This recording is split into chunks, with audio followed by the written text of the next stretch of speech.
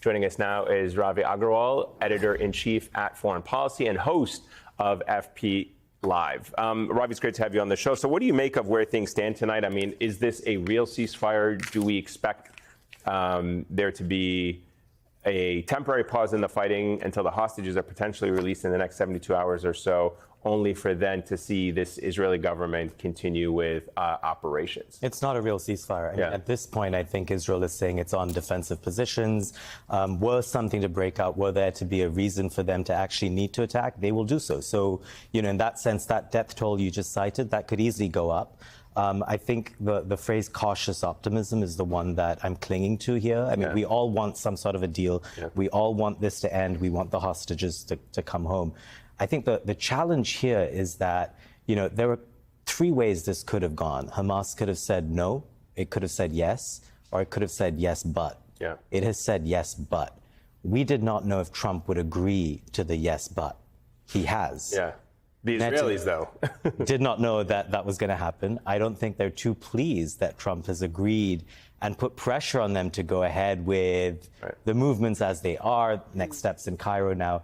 But this could still go any which way. So I would be very cautious about celebrating too soon. Just to add really quickly, if I can, but the Israelis seem to be very, deft at outmaneuvering American presidents. They've done it in the past. There's a long list of it. Is there any reason to believe that this time they wouldn't do the same with the but part of your statement, which is the hostages have been released, but our condition was that Hamas has to be disarmed or dislodged or removed from power. And that's where the sticking point seems to be, because Hamas's position has been, it is up to the Palestinian people. We're willing to relinquish our arms to the Palestinian Authority. But Israel has said there's no role for the Palestinian Authority. So they've basically closed off any possible outcome that does not meet what they want to happen, and that can be used as a pretext to resume the genocide. Yeah, exactly. So, look, I mean, there are genuine questions about whether Netanyahu wants any of this to move forward. There's every chance that Smotrich and Ben-Gvir in his cabinet, the most right-wing members of his cabinet, could easily defect in the next few days. All of those things are still on the table. I think the wild card here is still Trump. You're right that at a bipartisan level for the last 30 years, American presidents have not been forceful enough. They've not been able to use their leverage on Israel. The thing about Trump, whatever you say about him, he is desperate for peace. He is desperate to or the Nobel Peace Prize, more specifically. Exactly. But he's desperate for, you know, the tick box of peace. To add to that list of 7 or 8, whatever it is, conflicts that he claims to have resolved. Can I ask what you make of the flotilla? I believe 42 boats intercepted by Israel, but this is, actually, I don't know what number we're on, Eamon. I don't know how many of these have gone out and attempted to break through the blockade and bring aid to people there. But what role does that kind of advocacy and visibility do in terms of putting pressure on Israel to change conditions there, putting pressure on the United States? I mean, we're starting to hear some reports of how the people intercepted are being treated. It sounds horrifying. But what role do you think all of this plays in the global picture? And the European countries are also reeling from that. Yeah, exactly. So I'll kind of separate it from this potential ceasefire deal in that this is the here and now. The flotilla stuff, the pressure from European publics and now even the American public, that has been going on for 2 years now. And there's a groundswell of horror. I think younger people especially are just recoiling at the imagery that they're seeing out of Gaza. And look, domestic politics matters. So in as much as figures like Greta Thunberg are able to raise awareness, they're able to get more young people to say this is wrong and put pressure on their governments to then put more pressure on Israel. I mean, a few weeks ago, Netanyahu said that we would be okay for Israel to take on a super Sparta mode. What he meant by that was a form of autarky in which Israel is completely cut off. It's a pariah state.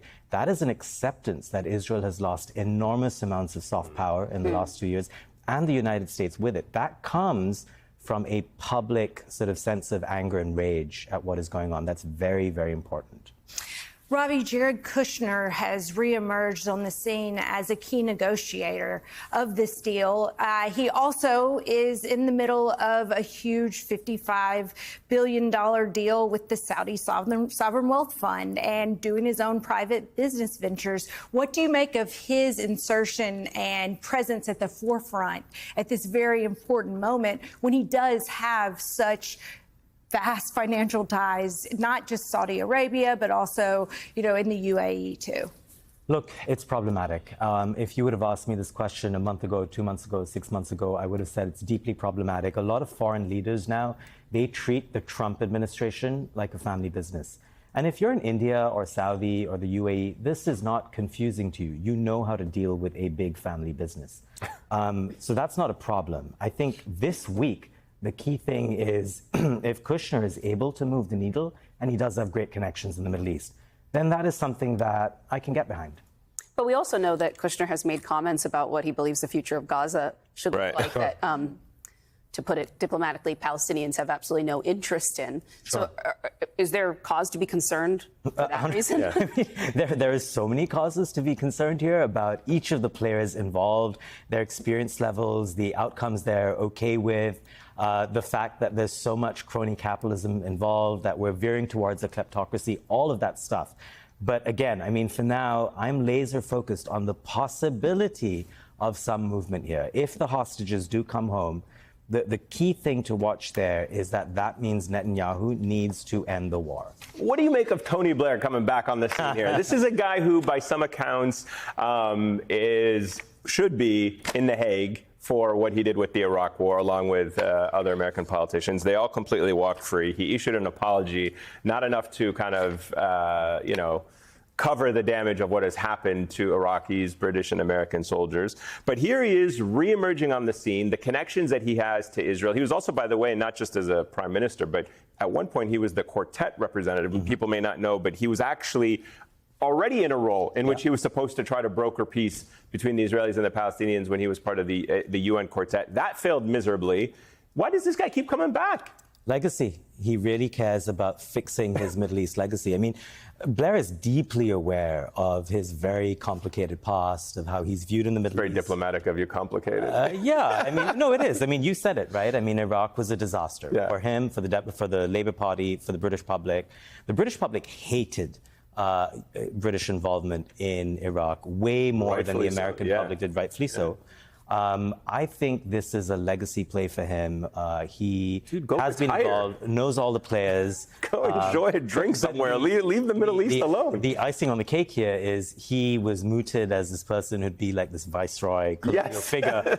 And then Trump says, you know what? I kind of like that role for myself. Yeah, right. So he's like, I'm going to be the chair of the board. You can be the. I mean, I just don't understand who came up. Well, we know who came up with it, but the idea of having a British viceroy return to Palestine to govern the mandate of. Such a good job. I mean, I grew up in India. I see one or two things wrong with it. I mean, just the optics of it. I don't understand the Tony Blairs and some of these other politicians in this country who just won't step away and leave it alone.